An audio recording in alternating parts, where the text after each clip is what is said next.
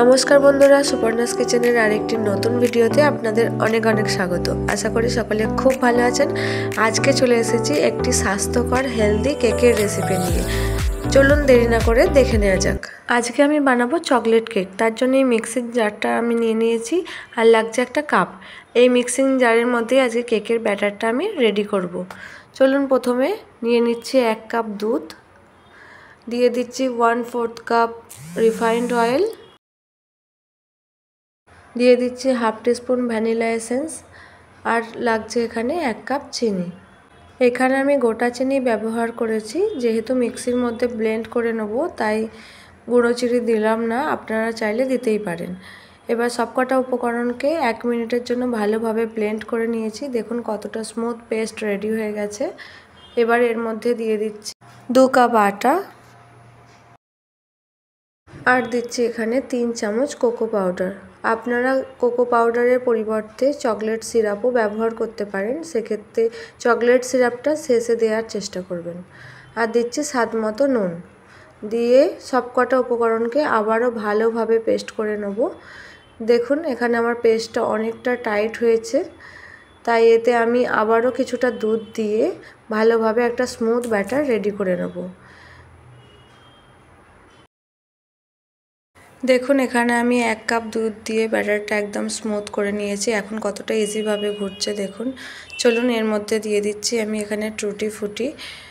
আপনাদের কাছে না থাকলে নাও দিতে পারেন, এটা অপশনাল।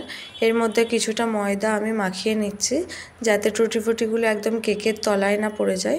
টুটি ফুটিটা দেওয়া হয়ে গেলে আবারও ভালোভাবে চামচের সাহায্যে মিশিয়ে নেব। এরপর এখানে দিয়ে দিচ্ছি 2 চামচ বেকিং পাউডার আর একদম খুব সামান্য পরিমাণে খাবার সোডা। খাবার সোডার ভিডিওটা আমি এখানে স্কিপ করে গেছি। আপনারা 1 চামচের 4 ভাগের 1 ভাগ একদম অল্প একটুখানি দেবেন, দিয়ে ভালোভাবে একটু হাতে সময় নিয়ে ব্যাটারটা মিশিয়ে নিতে হবে। আর খাবার সোডা আর বেকিং পাউডারের কাজটা কিন্তু সবার শেষেই করবেন, কারণ ওটা দেওয়ার পরে কেকটা আমাদের অনেকটা ফুলতে থাকে, তাই ওভেনে বসানোর আগেই ওটা করা ভালো। এখানে আমি একটা বাটি নিয়ে নিয়েছি, বাটির মধ্যেই আজকে কেকটা বানিয়ে দেখাবো। এতে কিছুটা অয়েল ব্রাশ করে নিয়েছি, নিয়ে কেকের ব্যাটারটা এর মধ্যে দিয়ে দিচ্ছি। দিয়ে খুব ভালোভাবে ট্যাপ করে নেবেন, যাতে ভেতরে কোনো এয়ার বাবলস না থাকে, থাকলে ভেতরটা ফাঁপা হয়ে যাবে, তাই ভালোভাবে ট্যাপ করেই দেবেন। আর এখানে একটি কড়াই আমি 10 মিনিট আগেই ওভেনে বসিয়ে রেখে ফ্রিহিট করে নিয়েছি। এর মধ্যে এবার কেকের বাটিটা বসিয়ে দেবো। এবার একটা ঢাকনা দিয়ে ওয়েট করতে হবে 45 মিনিটের জন্য। ফিরে এলাম 45 মিনিট পর। দেখুন কেকটা কতটা সুন্দর ফুলে গেছে। এবার একটা টুথপিকের সাহায্যে আমরা দেখে নেব যে কেকটা আমাদের পারফেক্ট রেডি হয়েছে কিনা। দেখুন কাঠির গায়ে কিন্তু কোনো অংশ লেগে নেই, তার মানে আমাদের কেকটা একদম রেডি হয়ে গেছে। এবার তুলে নিয়েছি। চলুন আপনাদের দেখিয়ে দিই কেকটা কেমন হয়েছে। সুন্দর হয়েছে।